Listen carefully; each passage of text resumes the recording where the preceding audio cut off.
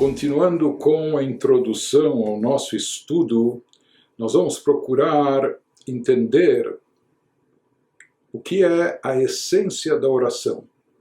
De acordo com o judaísmo, conforme explicado na Hassidut, para entender o papel essencial que a oração desempenha na nossa espiritualidade, o papel essencial que ela ocupa dentro do judaísmo, é necessário entender a sua verdadeira essência.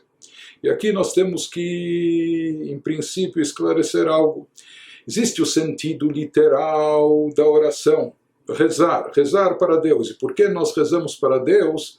Para dirigir a Ele os nossos pedidos, nossas solicitações, expor aquilo que nós precisamos, aquilo que nós desejamos, etc. Isso, sem dúvida, é válido e legítimo. E, na realidade, conforme nós vamos ver, é importante também a pessoa, por assim dizer, conhecer o endereço certo, saber que tudo depende de Deus. Deus é não apenas o Criador do mundo, mas também o regente do universo, e Ele é o provedor de todas as necessidades das criaturas, de todos os seres e criaturas em geral, e particularmente da criatura humana. Por isso, no momento que nós estendemos nossas orações, expomos os nossos pedidos para Deus, isso também é um reconhecimento, isso demonstra que nós temos consciência de que nós dependemos de Deus, não somos criaturas autônomas, não somos nós que resolvemos tudo com nossa capacidade, com nossa astúcia, etc. Não. Na realidade, existe um regente, existe um provedor, e ele é Deus, e tudo depende dele. No momento que a pessoa tem até a humildade de reconhecer isso, saber que o seu sucesso não depende do nosso empenho, porque Deus não quer fazer milagres à torta e direita, então a pessoa tem que se empenhar. Mas depois o sucesso do empreendimento depende não do quanto a pessoa se empenhou, etc., mas sim o seu sucesso acaba dependendo da bênção divina.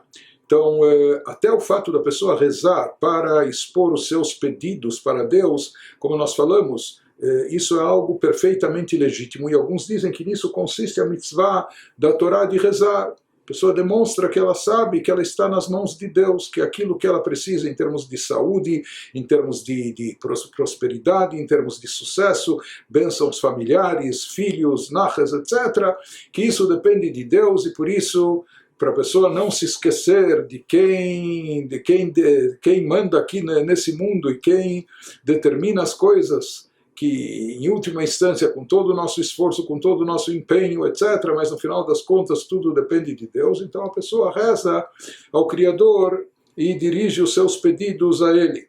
Então existe esse aspecto, e esse é o aspecto mais básico e literal por trás da tefilá, das rezas e orações, que é a pessoa dirigir os seus pedidos a Deus, como nós vemos também no sentido literal. Se a gente pega o trecho central da nossa oração principal, que é o chamado Shmon Esrei, as 18, que na prática acabaram se tornando 19 bênçãos, aquela reza que nós fazemos de pé, em posição de sentido, de forma silenciosa, etc., que essa é a espinha dorsal da reza, a parte principal. Nós vamos ver que as bênçãos que evocam lá pedidos, elas se referem a pedidos que são essenciais na nossa vida, seja no aspecto físico-material ou até no aspecto espiritual. Nós pedimos a Deus nessas bênçãos que estão no centro da oração principal, pedimos a Deus saúde, cura, pedimos a Ele sustento, abundância, fartura,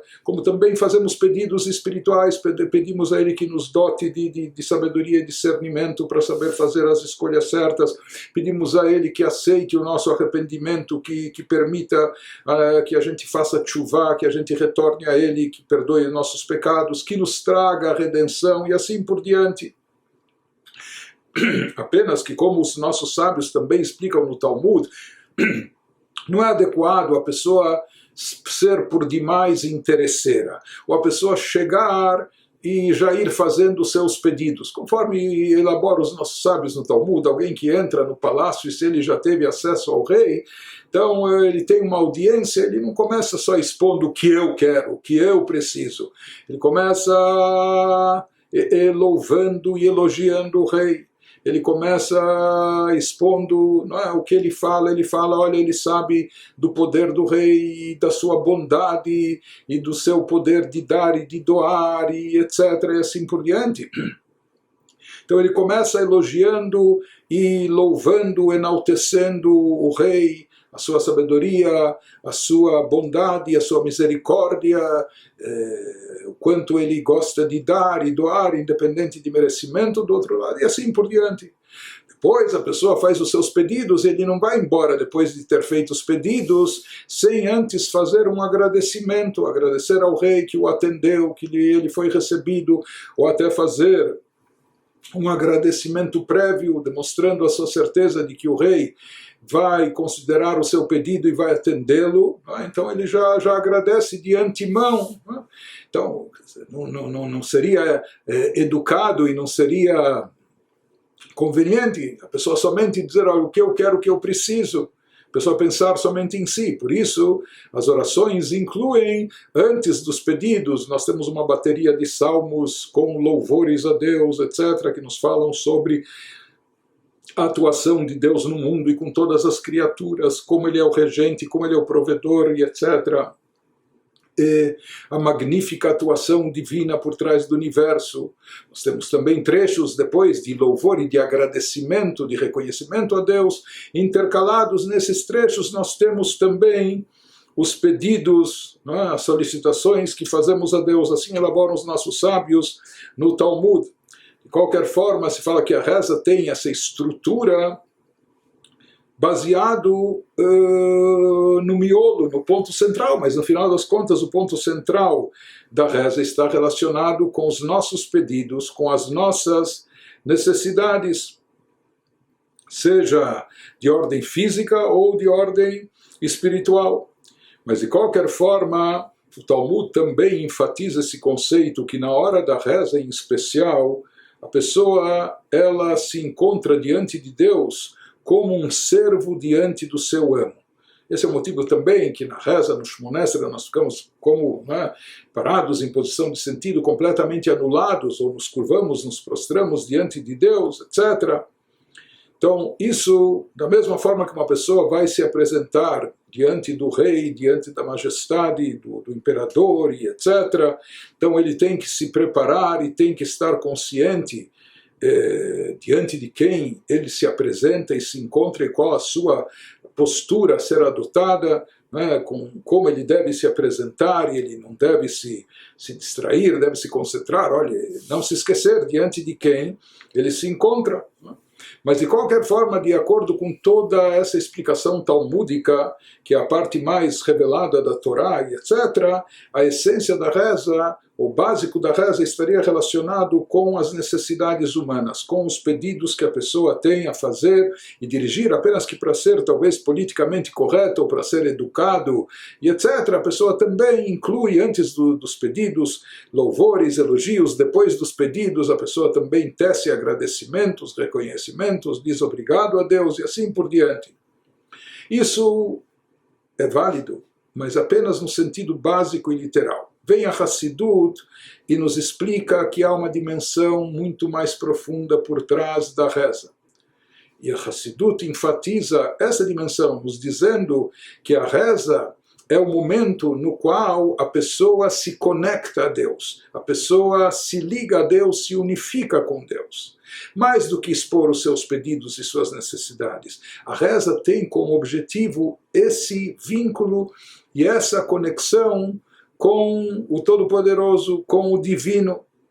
Se fala que, de fato, o conteúdo mais profundo por trás da reza e da oração não são os nossos pedidos. O objetivo principal não é apenas expor as nossas necessidades, mas sim o objetivo e a finalidade da oração é aprofundar o nosso vínculo com Deus, é reforçar na nossa consciência e na prática essa conexão com o divino, que que às vezes nós vivemos num mundo tão materialista e cercado apenas de assuntos físicos, corpóreos, etc. A pessoa pode se esquecer disso, por mais que ela acredita em Deus e sabe da onipresença divina, Deus é onipotente, onisciente, mas a pessoa se conduz como se conduz. Por quê? Porque ela está num mundo competitivo e num mundo às vezes corrupto e num mundo materialista e assim por diante. Então vem a tefilá, a oração, vem justamente nos reconectar a Deus, a nossa essência, ligar a Deus a nossa alma, recarregar as nossas baterias, não é? Colocando isso, assim como se coloca no carregador, na tomada, assim também nós temos momentos do dia, que são os momentos da oração, no qual nós temos que fortalecer o nosso vínculo a Deus, recarregar as nossas energias espirituais, se conectando a Deus, e esse é o objetivo principal da reza. Inclusive até se fala que, etimologicamente falando em hebraico, a palavra tefilá está ligada com o nome de um dos filhos de Yaakov, tendo as letras, que se chamava Naftali, Naftulei Elokim Niftalti, que o significado até desse nome, por que esse nome foi dado a esse filho, que se fala que através dele houve uma ligação mais profunda até da mãe com o pai Yaakov, enfim. Então a palavra tefilá tem a ver com Naftulei Elokim Niftalti, que significa união, vínculo, conexão.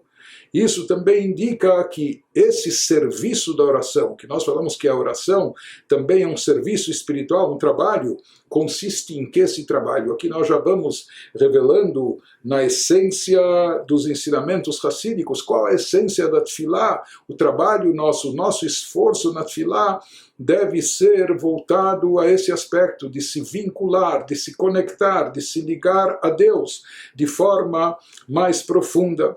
Inclusive até na linguagem dos rebes, dos mestres racídicos, se fala que a hora da reza é a hora que a gente se encontra com Deus.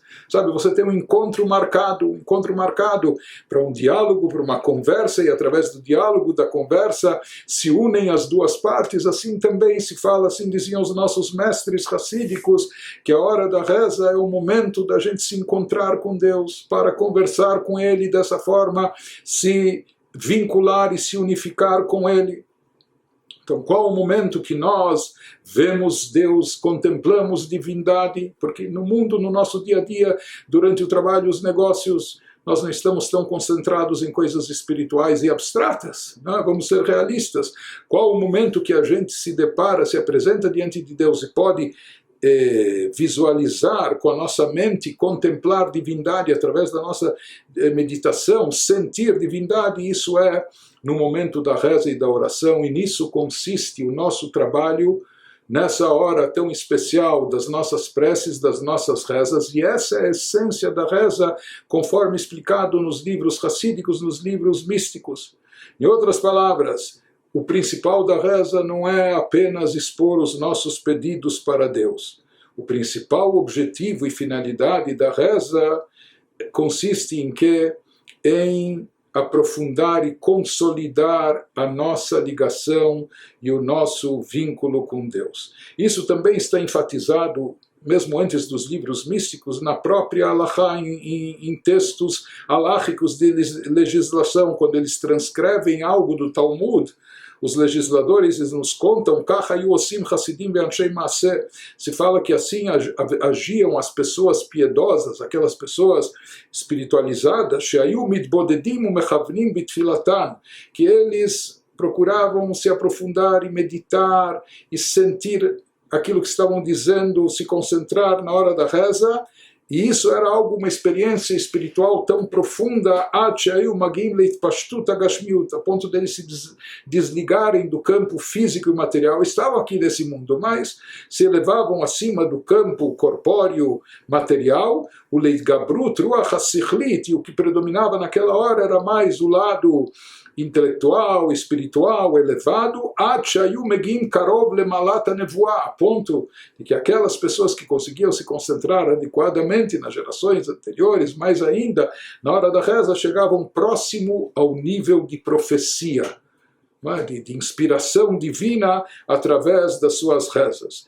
Conforme o Talmud nos conta que haviam Hasidim Arishonim, homens piedosos, que eles durante as 3 rezas do dia, quanto tempo levava cada reza para eles? Nada menos do que 3 horas. Por quê? Porque exigia toda essa concentração, todo esse desprendimento, toda essa elevação espiritual.